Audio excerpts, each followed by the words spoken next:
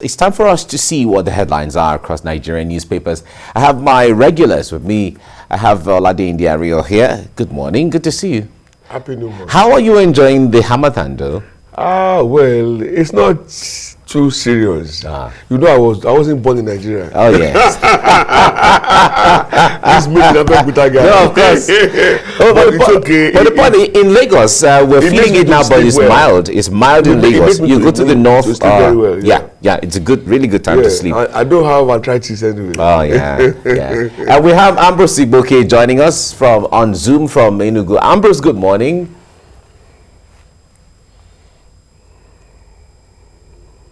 Okay, we'll have you as we get along. We'll get to ensure that we can hear each other. Now let's begin with the first news. First news says, again, bandits invade Kaduna, Katsina villages, killed 23. Really, another sad one there. Again, bandits invade Kaduna, Katsina villages, killed 23.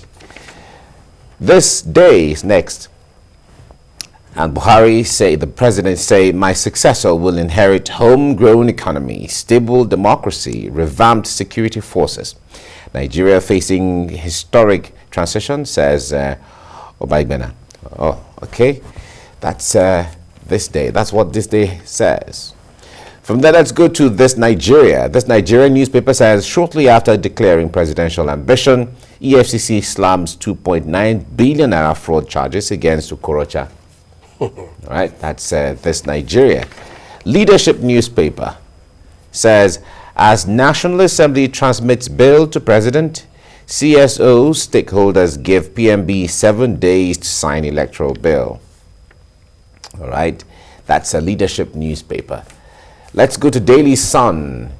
Daily Sun says it's on 2023. Hope rises as Buhari gets amended electoral bill for assent.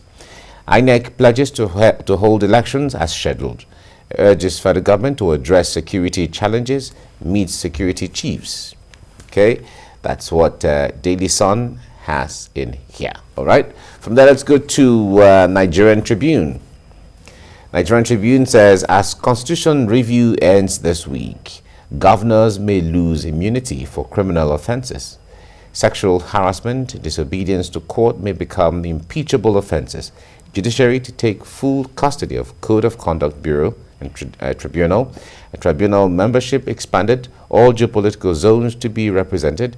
National Assembly under pressure to scrap NJC. States to control judicial appointment. All right, all this on the front page of Nigerian Tribune. Governors may lose immunity for criminal offenses. All right. Okay, that's on one side. Politics there. The Nation newspaper. It says, why APC is in crisis by Buni Reconciliation Panel. Ego, perception fueling division. Panel with 47 petitions asks for more time. Okay, that's the Nation newspaper. The Vanguard is next, and it says, APC convention, CPC, ACN blocks in supremacy battle. Al-Makura Sani emerged leading chairmanship candidates. 10 other aspirants jostle for them. All eyes on Buni's committee to deliver. Okay, the CPC ACN. One would think that all that block is already melted into what the APC is. Okay, let's see how this goes. Keep it on one side. The Punch newspaper says APC February convention uncertain. Peace panel demands extension.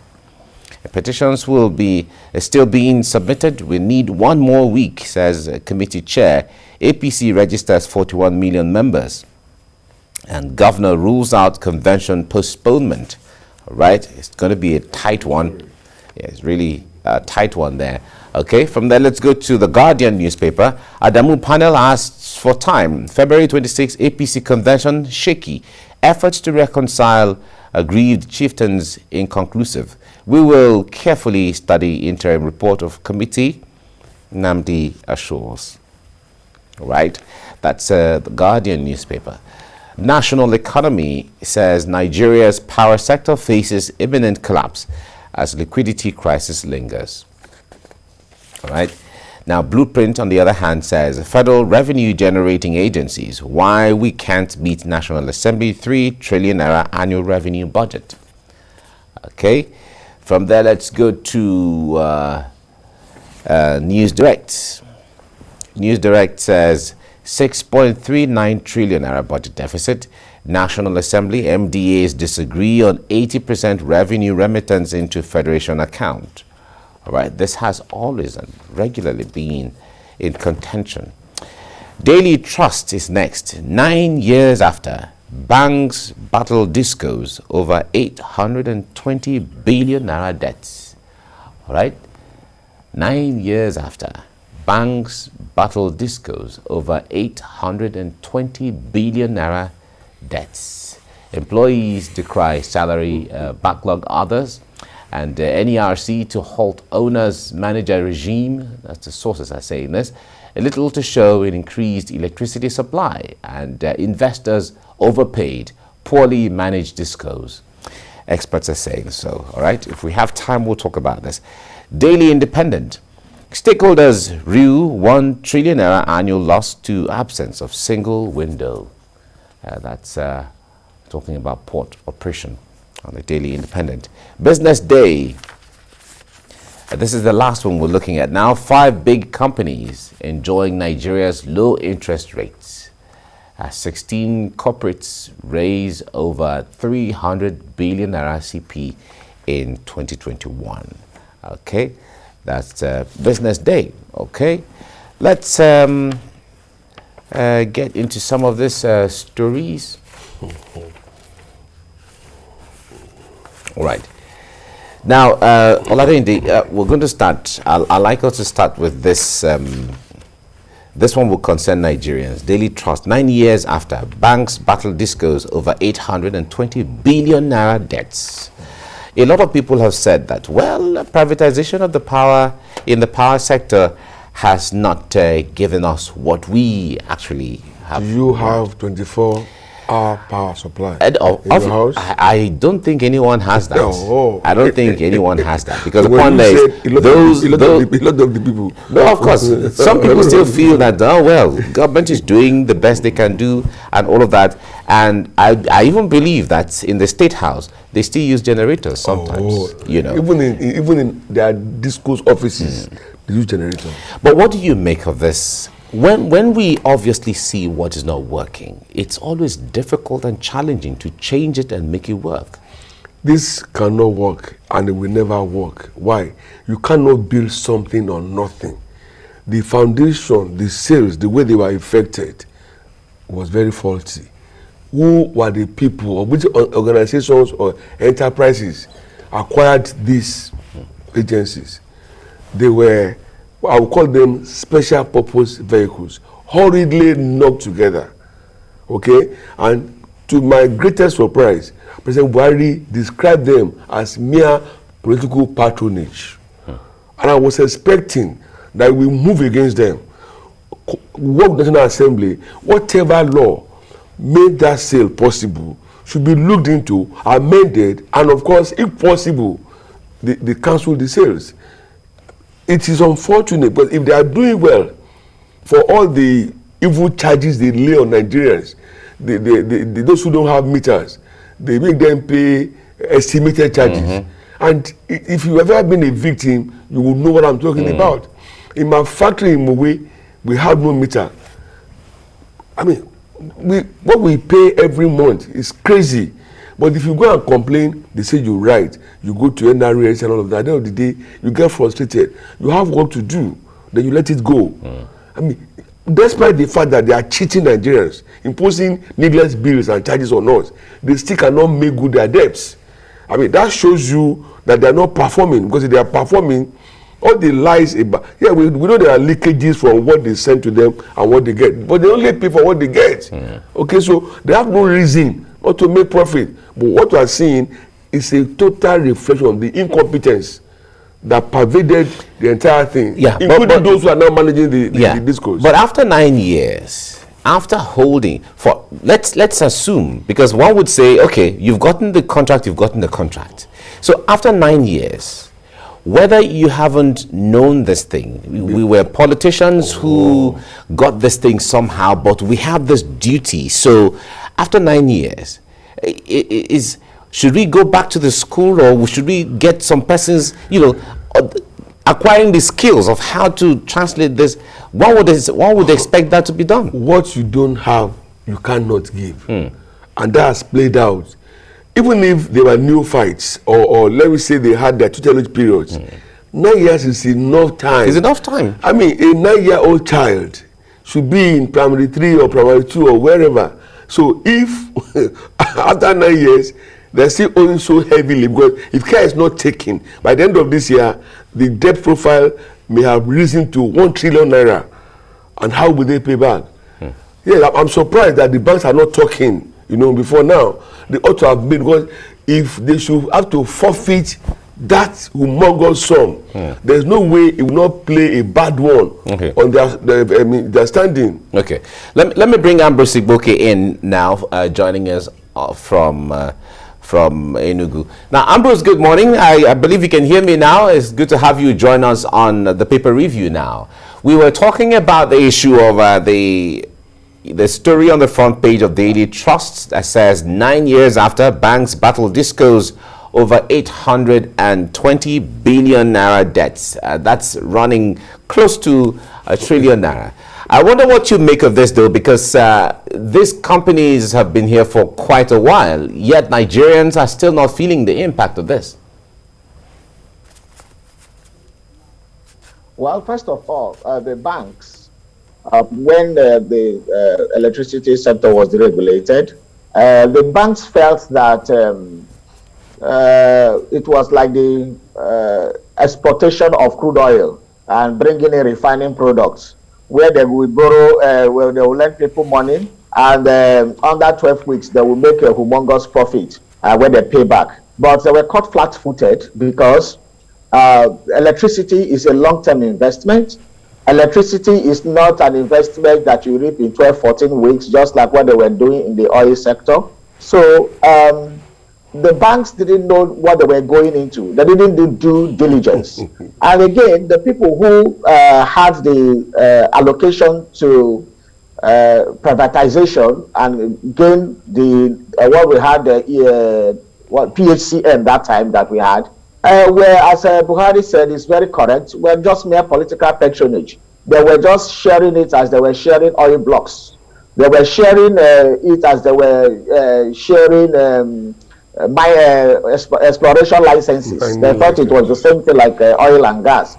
But they got thoroughly disappointed, because investment in the electricity sector is a long-term investment. So when they came in, they saw that what they anticipated, what looks like a glorious cake that were being offered, turned out to be serious work. And because they didn't even have the technical manpower, because they didn't have the investment plans laid out for long term, they were caught flat-footed. So both the banks who entered the same party with them to do it, and those who got the license, got stuck at a point. And what do we have? We started having bailouts from the CBN to give people who are incompetent. And the bailouts ran into several billions of naira. The bailout after some, I remember that in 2016, 2016, 17, 20, the plan was from 2014. By 2016, some of these companies already had bailout from the CBN. Where did the bailout go? They started complaining about infrastructure financing. They didn't have the capital. They didn't even know what to invest in. Okay, bring in the technical partners that we have. At least sell some of your shares and invest in Canada. I remember there was this issue of Manitoba. There was this issue of Siemens. There was issue of many. So a lot of them just withdrew and left us on our own. And then what do? We are grappling. So we're bringing some expatriates that could not do what they had to do. So the major companies like Manitoba, like Siemens, and some other people, like even General Electric, some of them pulled out and left us on our own. So we're not ready. And the banks should not complain, because the bank also went to party with these companies. And now what they are trying to do, because they don't have the competence to even rake in revenue for themselves to sustain themselves, they are arbitrarily increasing electricity rates on Nigerians, and it's not acceptable. And the government should not condone that kind of thing. As my colleague said in the studio, where is the law? Because there was an issue being bandied around last year or two, saying that Nigeria cannot retrieve these companies from the owner. I find that very, very laughable. The sovereign nation cannot. It can. It can. Because it is very glaring that the discos are not even living up to their expectation. Remember that the Gencos and even TCL complained at a time that the Gencos were refusing to buy bulk power from them. Because now the issue of estimated billing is still there. We are allowing the discos to reap where they did not sow. Whether they give power or not, they just estimate bills and give arbitrary bills to people. So then at a point they were refusing to buy bulk power from TCN and from the Gencos. So this is a complicated problem, and the more we look into it, the better for us. 9 years down the line, we are still tottering, and this is not good for us at all. This is certainly not good for Nigeria and its economy. Yeah. If we add what they got as intervention from the CBN to this 820 billion naira, then we've lost over 2 trillion naira to darkness, no power. And it's unfortunate. And as he said, it's not looking good. Whether we like it or not, we may have to go back to square zero and begin again. But the question is, how well will it be with the banks if they should forfeit 820 billion naira? It will definitely impact negatively on their capital structure. And for me, it's even more worrisome than the power thing now. Yeah, but the point there is, the president or the government, let me say, the government at whatever level, they know these people, they know these companies. I wonder why it's so challenging to address these issues headlong. I am not. Even if these people are your friends, there are times you speak to your friend you and speak say, sit down, to let's power, talk about right? this thing. Come, let's mobilize each other. What they are doing is impacting negatively on the government, especially at the federal level. The point is this: I'm not a fan of this government, even though I'm a card-carrying member of the party. But the truth must be told. I took a liking to President Buhari when he declared that this was political patronage gone sour. What I don't now understand is, okay, you've identified the problem. What solution, what strategy are you bringing forward whereby you can address the problems and correct the situations? Nigerians have been shortchanged very massively. All the money given to them as intervention came out of our Commonwealth. Okay? And then those who have been paying illegal charges, estimated bills, they will tell you they pay, with pain and agony. Across, you just said it now, that no Nigerian home can come out and say, we've been enjoying 24 hours power. Even those who they put on special levy or whatever, they still don't get it all through. The downtime is still there. We have to deal with the darkness and then have to do generator, still worsening our environmental challenges. So it just shows the weakness in leadership in Nigeria. Right. Because if you are my friend and I'm the governor, you're not doing things well the way I want, I will check you up. Yeah. If I can't handle you, a panel will be set up to probe you, and if you are found guilty, you have to go to court and then clear your name, or you pay for it. Ambrose, this issue of national greed, where whatever you generate anywhere, you put it into that pool of greed before it is distributed one way or the other. A lot of people have said that is counterproductive. That is why when there's a challenge in Niger State, for instance, someone in Akwa Ibom State has to feel the impact of the challenges in faraway Niger State.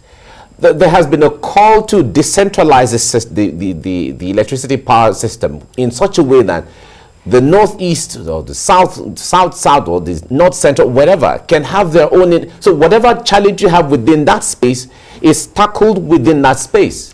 What do you make of this, though?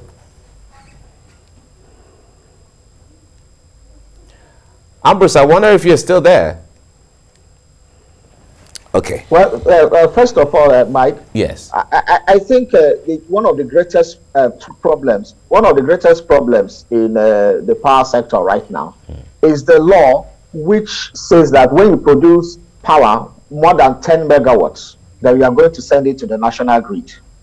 If that law is still there, then the needed investment, especially in IPPs, in independent power project, will not work, because somebody cannot use his FDIs or hard-earned money to invest in an independent power project, and then the next thing you tell the person, oh, you cannot generate more than 20 megawatts, even when the person has the capacity to. Or when you generate more than 10 megawatts, you send to the national grid. So what you are telling me, I'm a part of Surulere, I want to service some parts of Surulere, and that is just my primary target. I have my client's detail sought out, mapped out, and ready to service a few streets or a few areas in my area. And then I set up a power plant that is like 20 megawatts. And I said, okay, pay me and let me pay my whatever I need to pay to the regulator and the rest, and let me run my business. But you said no. The federal government, through the law, said that if I produce more than 10 megawatts of electricity, I have to send it to the national grid. And then when you send it to the national grid, I have invested my money. Somebody somewhere in any part of the country, be it in Sokoto, be it in Kaduna, be it in Rivers or Enugu or any part of the country, will now start using my power without paying me. You know, some of the things we do in this country that are so absurd and complicated that you start wondering what logic went into it.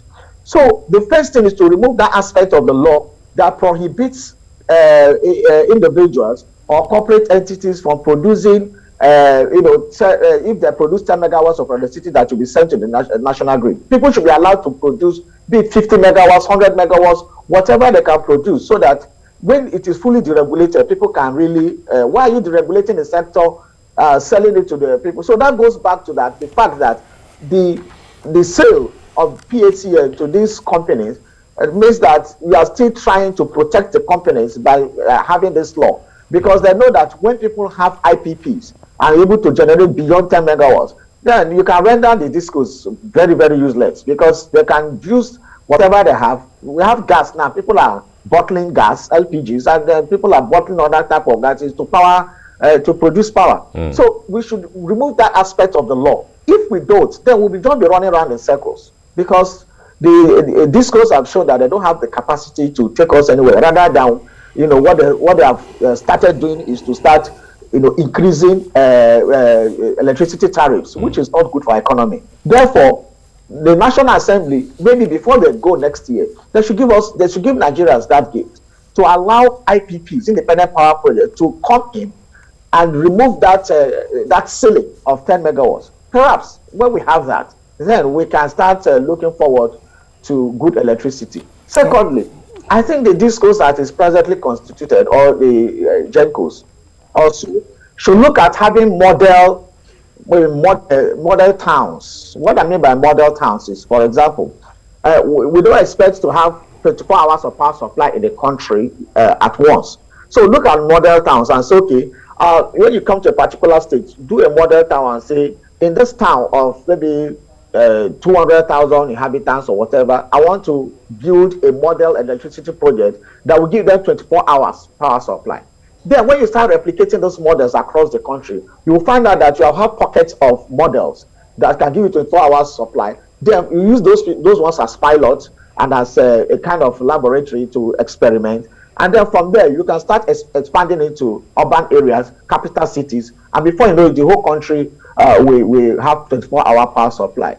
Because if we continue this business of just passing the buck to end users, then there'll be a time it will snap, because people cannot be paying this kind of pricing for.